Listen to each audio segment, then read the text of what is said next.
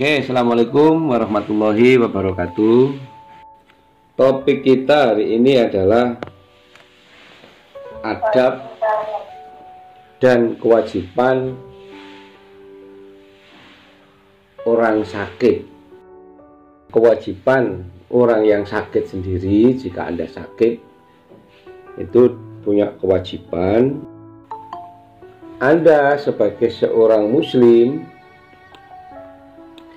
kalau nanti ada teman kita sakit sesama muslim atau non muslim, juga kita punya kewajiban untuk menjenguknya. Jadi bedanya, kalau sesama muslim ada kewajiban untuk mendoakannya. Kalau non muslim, kewajiban kita hanya menjenguknya. Kita masuk yang pertama, kewajiban orang yang sakit. Ini ya. Ini kemarin sudah kita singgung sedikit, cuma akan lebih detail untuk hari ini. Yang pertama, dasar hukum. Ini dari hadis riwayat Abu Dawud dan At-Tirmidzi. Berobatlah karena tidak ada satu penyakit yang diturunkan Allah kecuali diturunkan pula penangkalnya, selain dari satu penyakit, yaitu ketuaan. Jadi kalau tua itu tidak ada obatnya. Tetapi kalau selain tua, termasuk hari ini corona, itu juga ada obatnya, cuma belum diketemukan. Di sisi Allah itu wis disiapkan, tapi di sisi manusia ada kaidah untuk mencarinya. Makanya dokter, perawat itu perlu kuliah. Itu kaidahnya biar dia tahu, biar dia mengerti ilmunya Allah. Setelah dia mengerti ilmunya Allah, maka dia diberikan fasilitas untuk bisa merawat atau mengobati orang sakit. Jadi simpulan pertama, berobat itu hukumnya sunnah. Malah kalau tidak berobat itu salah. Misalnya, penyakit datangnya dari Allah kok, Allah sendiri yang menyembuhkan. Itu tidak boleh. Jadi kalau Anda sakit ya tetap berobat. Cuma kemarin yang kita ngomong, kalau sakitnya tidak parah ya ditahan dulu aja. Jadi misalnya kepalanya kok ngeluh ya ditahan beberapa saat lah. Kemungkinan ngeluhnya kan satu, habis kena panas, dua, belum makan, tiga, uangnya habis, itu juga ngeluh itu. Nah itu ditahan beberapa saat, kok tidak berubah-berubah yang ngeluhnya, baru minum obat, ya. Karena kemarin kita katakan, di balik sakitmu itu secara zahir kamu sakit, secara batin ada peristiwa merontokkan dosa-dosa kita. Itu yang pertama ya. Yang kedua, dasar hukum lagi, sesungguhnya Allah menciptakan penyakit dan obatnya. Maka berobatlah kalian, dan jangan berobat dengan sesuatu yang haram. Jadi tidak ada kaidah barang haram menjadi pilihan pengobatan. Jadi misalnya Anda alergi. Alergi ini bisa sembuh kalau makan cecek. Kan ada yang gitu ya. Ya tetap tidak boleh. Kan masih banyak obat yang halal. Kalau bagaimana Pak kalau cecek itu dijadikan minyak, tidak dimakan, insya Allah tidak apa-apa. Jadi misalnya ada ramuan cecek, akhirnya bentuknya seperti salep, ngono ya. Terus kita oleskan, dicampur dengan alkohol dan lain-lain. Mungkin itu tidak apa-apa itu, karena oles ya. Tapi kalau masuk ke mulut kita, itu tidak boleh barang-barang haram itu. Tapi kan banyak Pak obat-obat yang berasal dari babi, katanya di YouTube itu. Itu kan katanya, kan belum tentu juga dari babi. Kan datanya kita juga tidak tahu. Kalau kita tidak tahu kan kita berserah diri kepada MUI, Majelis Ulama Indonesia, atau pemerintah. Biar pemerintah yang bertugas untuk memberikan cap halal dan haram. Kalau sudah dicap halal, kita tidak punya keahlian untuk meneliti atau mengetahui bahwa obat itu dari babi. Ya diminum aja, sudah ada stempel halal dari MUI. Yang nanti yang dosa kan MUI-nya itu, Majelis Ulama Indonesia. Berobat pada ahlinya itu yang dianggap ahli itu adalah orang yang mempunyai spesifikasi. Satu, dokter paramedis. Dokter mempunyai sertifikat dokter. Perawat mempunyai sertifikat perawat. Jadi nanti kalau Anda sudah lulus kan ada tes untuk mendapatkan sertifikat. Namanya sertifikasi. Kalau Anda tidak mendapatkan surat itu, tidak boleh praktek. Nah, ini yang kita anggap sebagai seorang ahli. Bagaimana Pak kalau tabib? Tabib juga harus ada sertifikatnya dari pemerintah. Kalau tidak ada ya, kita menganggap bukan ahlinya. Dan nanti dikhawatirkan ada efek samping dari pengobatan yang dilakukan oleh orang-orang yang tidak tersertifikat itu.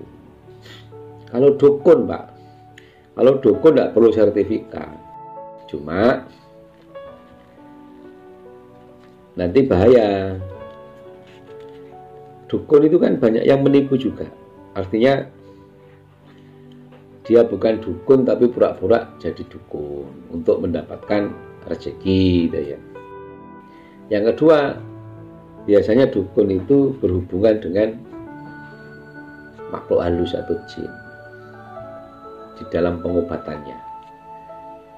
Dan Anda harus tahu,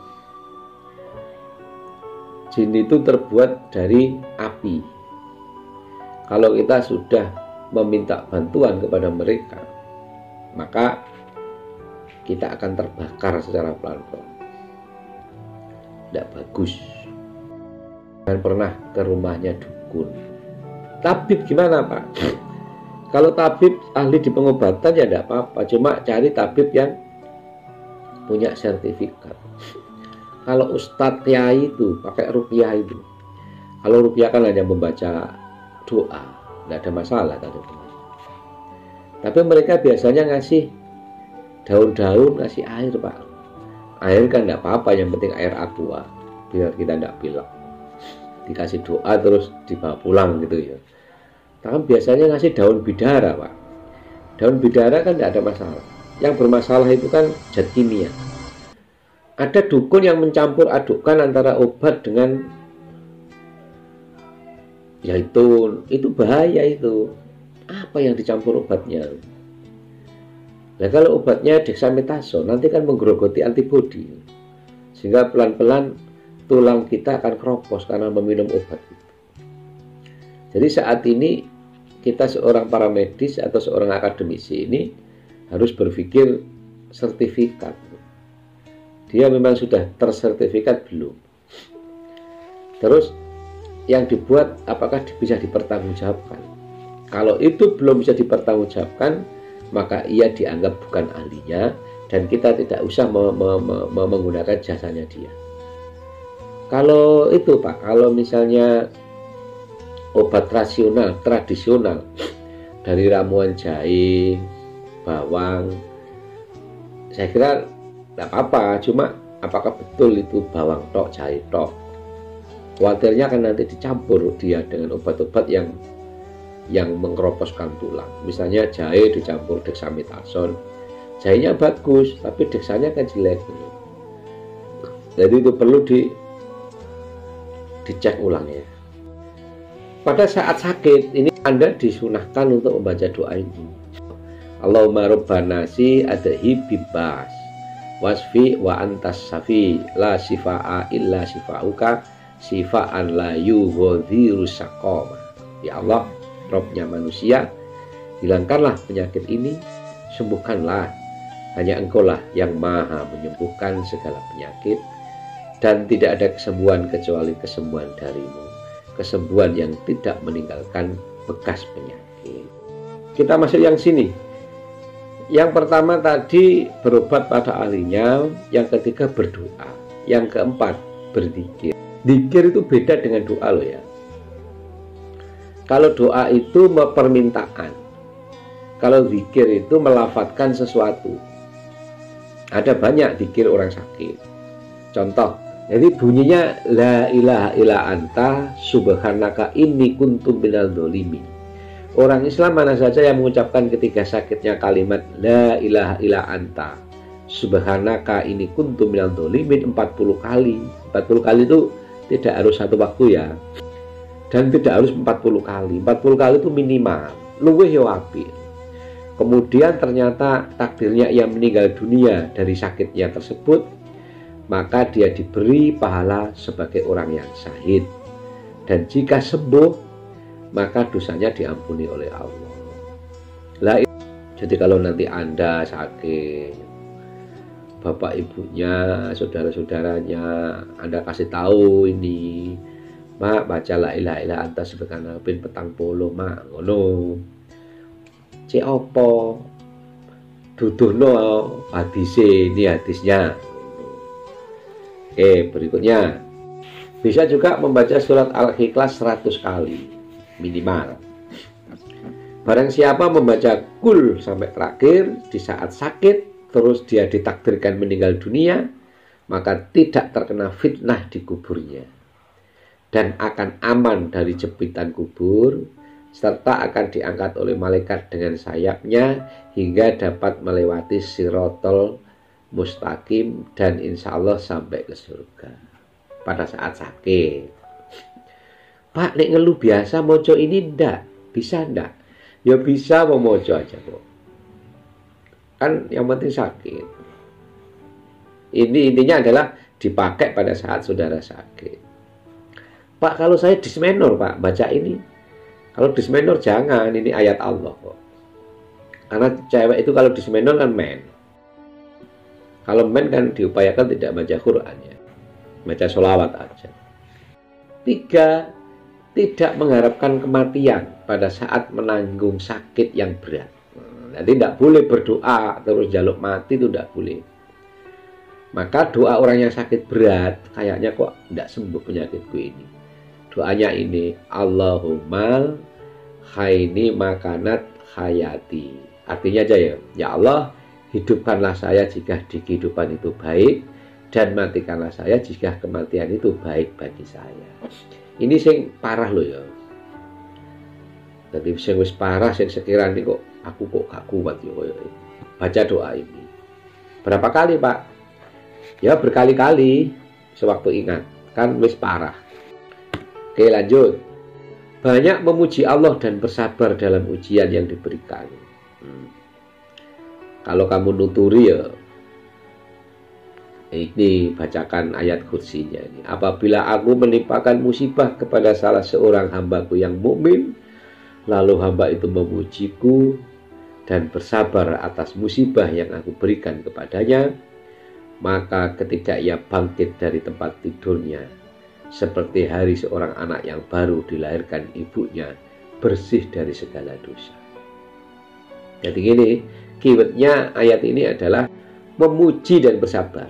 Jadi misalnya awak muloro, ya Allah, kebesaranmu memberikan aku sakit, sehingga dosa-dosaku rontok semua, ya Allah. Aku bersyukur ya Allah, mudah-mudahan kau habiskan dosa-dosaku ya Allah.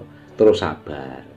Itu nanti misalnya kamu dibikin Allah sakit 3 hari, terus kamu ucapkan setiap saat yang saya katakan tadi. Seandainya kamu sembuh, kamu seperti dilahirkan oleh ibumu tanpa dosa. Berikutnya, pada saat saudara sakit, berbaik sangka kepada Allah. Ini dasarnya ya. Jangan sekali-kali salah seorang di antara kamu meninggal kecuali dalam keadaan berbaik sangka kepada Allah. Ngono ya. Jadi dikai sakit ya aku mau minimal, ya Allah betapa kasih sayangmu kepadaku sehingga engkau memberikan kesakitan kepadaku, sehingga engkau merontokkan dosa-dosaku. Ngono. Itu namanya berbaik sangka. Dan aku tahu rencanamu ini adalah rencana yang terbaik untukku ya Allah. Ngono. Pada saat sakit ingat menunaikan hak-hak orang lain yang menjadi tanggungannya. Baik meninggal dunia ya, utang-utangmu dipikir sih. Nek iso pas sakit itu harus lunas lah. Jangan sampai Anda nanti meninggal dengan posisi punya utang atau punya dosa dengan orang lain. Sehingga pada saat ada orang yang menjengukmu, jangan lupa, Dek, kalau ada apa-apa kesalahan saya yang saya tidak sengaja, saya minta maaf ya. Ngono, percakapan pada saat ada yang menjenguk itu ya. Nomor 9, tetap mengamalkan amalan wajib. Jadi Anda tetap wajib sholat. Kalau otaknya masih ingat. Tidak bisa berdiri dengan duduk, tidak bisa duduk dengan berbaring, tidak bisa berbaring dengan isyarat.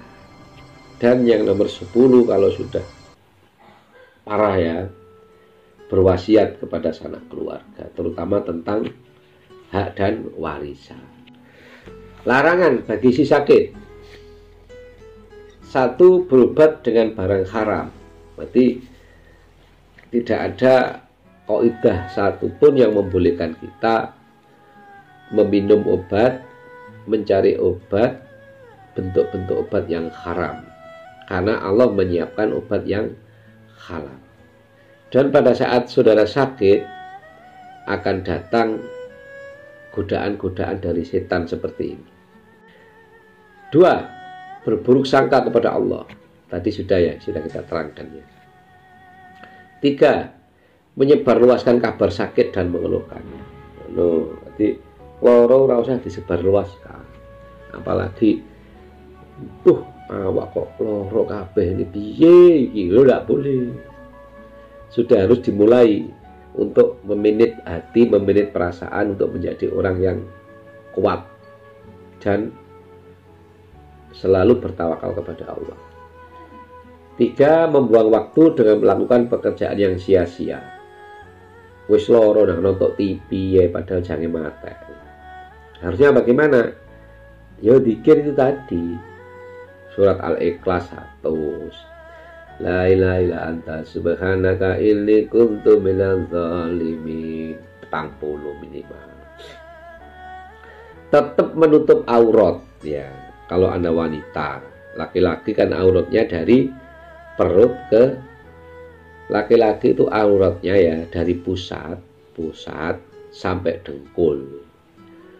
Laki-laki membuka dada itu sebenarnya bukan aurat, tapi gak etis sebenarnya.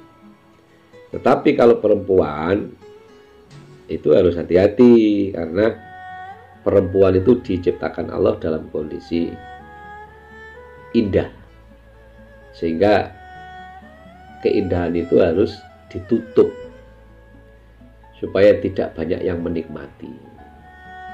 Biar yang menikmati adalah pasanganmu sendiri nanti.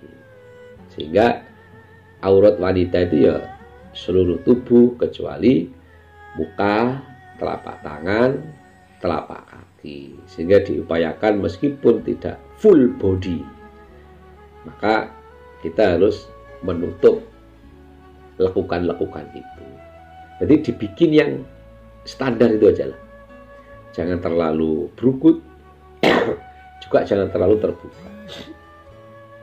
Kita harus mencari posisi di tengah aja lah, yang sedang-sedang saja. Karena kalau terlalu itu lebay, dan di dalam kajian agama itu tidak bagus.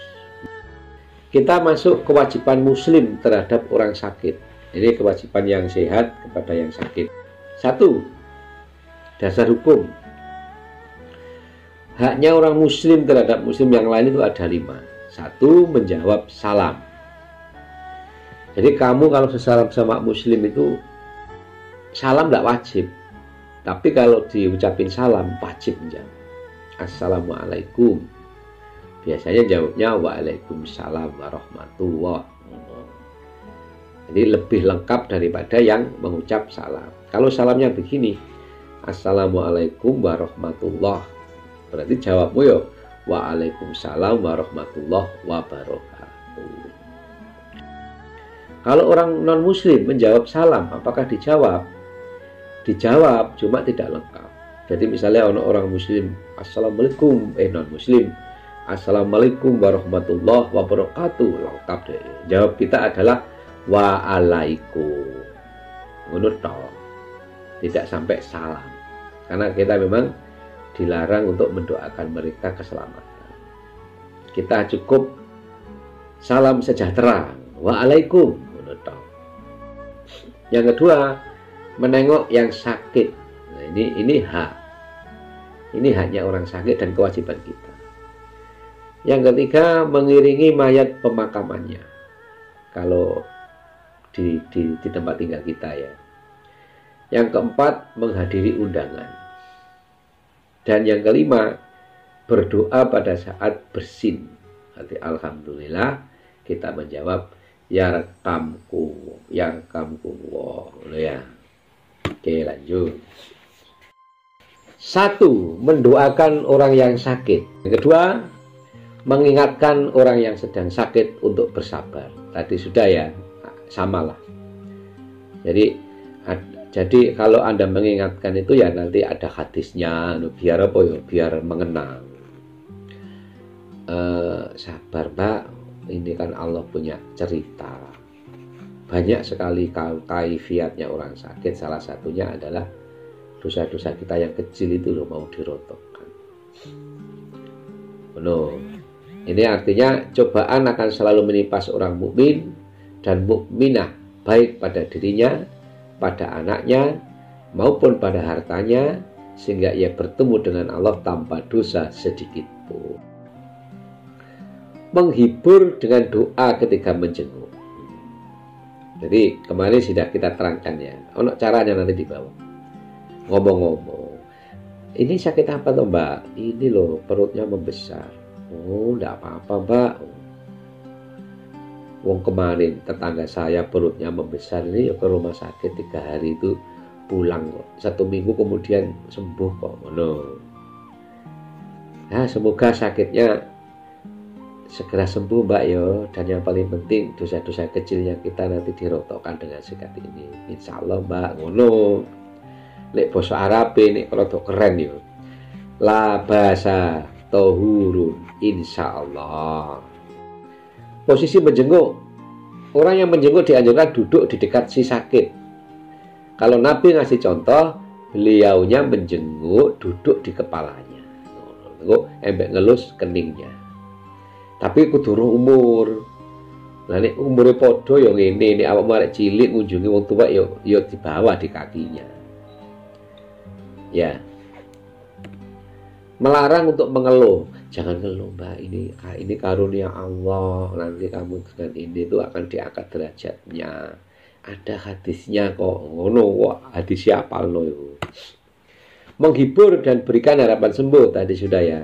Jangan menakut-nakuti, mengelus tangan orang yang sakit, nanti menyesuaikan ya. Ini terutama untuk yang sesama jenis ya.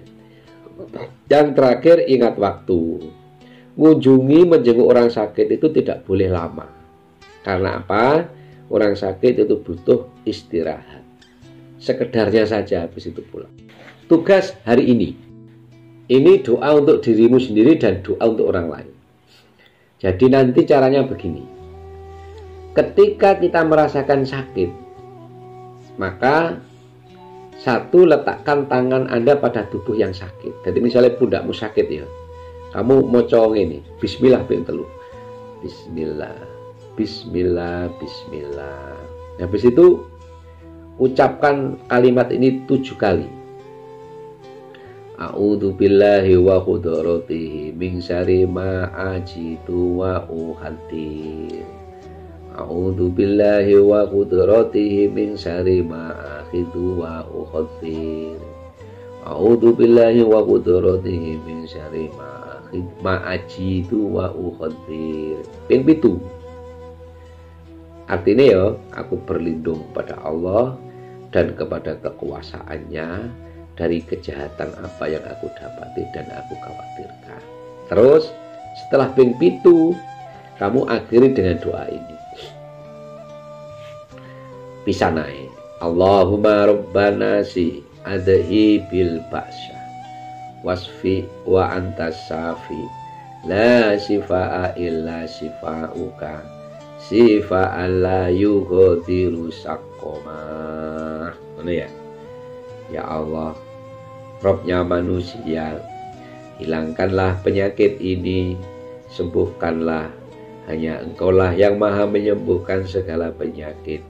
Tidak ada kesembuhan kecuali kesembuhan darimu, kesembuhan yang tidak meninggalkan bekas penyakit. Bisa naik. Ini tugas hari ini. Jam 2 harus hafal. Tugas yang kedua, ini kayaknya harus hafal ini. Doanya Nabi Adam tadi. La ilaha illa anta subhanaka inni kuntu minadz dzalimin. Ini dzikir ya, dzikir pada saat sakit. Yang ketiga, ini doa untuk orang lain. Jadi kalau kamu menjenguk orang lain pada saat saudara mengelus yang sakit, Anda baca ini. As'alullahal azim rabbal arsil azim an yasfiya. Aku memohon kepada Allah yang Maha Agung, penguasa ars yang agung, untuk menyembuhkanmu. Dibaca minimal 3 kali. Oke, saya kira cukup. Hafalkan doa tadi, mudah-mudahan berkah. Assalamualaikum warahmatullahi wabarakatuh.